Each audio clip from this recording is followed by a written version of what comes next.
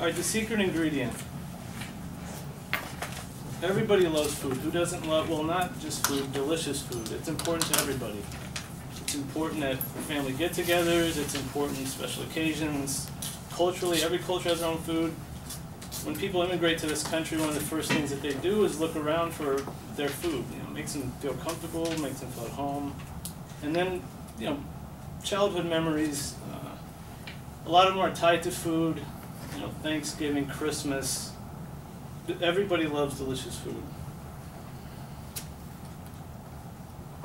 Now, the secret ingredient, I've heard this anyway, is love to delicious food. Or not love, oh I love food, or just giving a crap about the food that you're making. You know, just throwing garbage in front of people. And I know this from life experience. This is all true. I swear. Okay, now, in my family, there are 3 generations of women that did not know the secret ingredient. my great-grandma Polly, my grandma Marlene, and my mother, whose name is Pam, didn't give a crap about their food. No one informed them about this secret ingredient, so we all suffered at the hands of these 3. Now, they use different special ingredients, mainly threats and intimidation. You know, you will eat this food because I made it. Oh, that makes sense, yeah. Just because you made it, I'm supposed to eat this pile of garbage. So, I never understood their secret ingredients. And then they're also very dictatorial. Very small women, 5'1", 5'2", all same build, same height, very similar looking. And we had secret nicknames for these 3 women.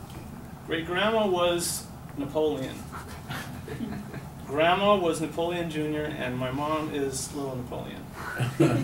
She's the only one that knows about the nicknames. The other ones, you know, it'd be too heartbreaking to tell them, I think. All right, now spaghetti. What kid doesn't love spaghetti? It's my kid's favorite meal. Some of my great-grandmas, 7 years old, 8 years old, and she's going to make spaghetti. So I'm excited, like, oh, this has to be great. I love it. All she did was crack open a can of tomato sauce, water it down, stir, heat a little bit. That was her sauce. It was absolutely disgusting. But we have to eat it. You know, all 3 women are threatening this. You know, and Grandpa's not going to be like, no, you don't have to eat it. And I said, you know, you eat it. You know, I get the belt out and all that kind of thing.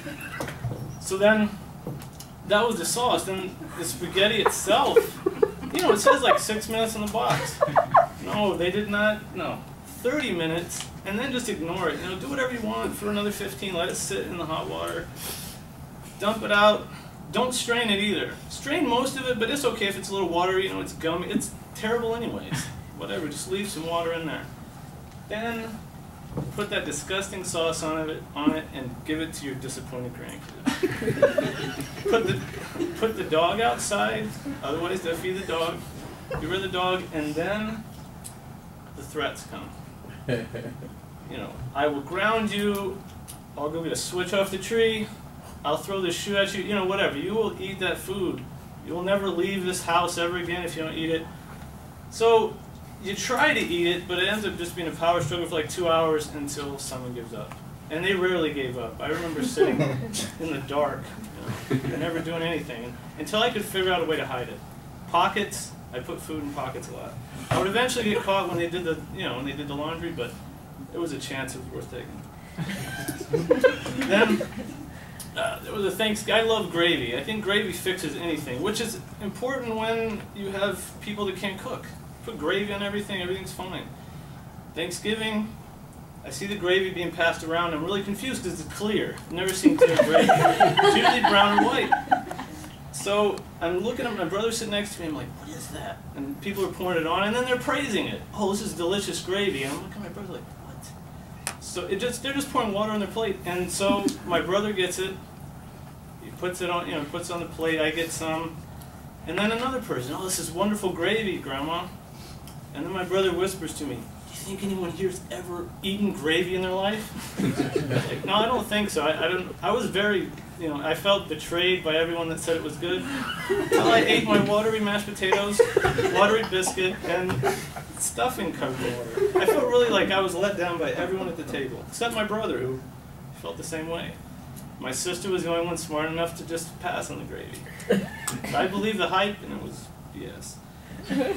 All right, one time we were at my grandma's, a buddy of mine's hungry. I'd already eaten. He asked for a sandwich. And my grandma's like, oh, no, I'll make you one. Crack open a can of tuna with the oil, dump it on some moldy bread. Here you go. My buddy looked at me like, what? He squeezed it. It's all oily and disgusting.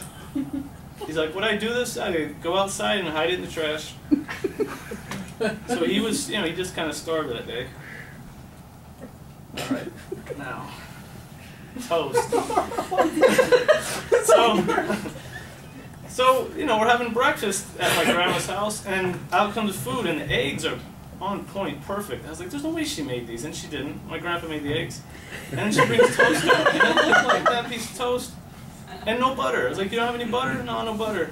And you're going to eat it. Ah, well, what do you have? Jalapeno jelly. I know some people probably like it. I thought it was disgusting. I sat there until it was time to go to church, and they couldn't make me sit there anymore. It was, go to church or eat toast. Well, you're going to church. I got that. Now, this is a Pop-Tart, like a normal Pop-Tart. Kids make these every day. They're just kids. They can make them. 5-year-olds. Put it in a toaster, press it down, pops out. Delicious. This is a Pop-Tart my mother made. I came home. I came home from church, and I could smell something that was burned. Asked what it was. She told me to shut my mouth. I looked around, and in the garbage can was a thing like as big as a card, like a deck of cards, and just burned beyond recognition. I took it out and looked, and the other was, you could still see the sprinkles on it. So look, that's a Pop-Tart. How did you do that? Oh, shut up. Whatever. This is my mom's delicious hard-boiled egg recipe, and she's done this more than once. Like 3 or 4 times. Just put them in a pot, and when the smoke alarm is going off, they're ready. And have the guts to give them to somebody and expect them to eat them. So, the secret ingredient in good food is love. If you don't put love into what you're cooking, you don't give a crap, then no one's going to like it. And they're going to have all these memories like me. Yeah, they'll have memories tied to food, but they'll be bad memories, And, yeah, when people talk about their grandma and their mom's cooking, I was completely clueless. So if you don't put love into your food, you're going to get a reputation like these 3 women. So where is the love?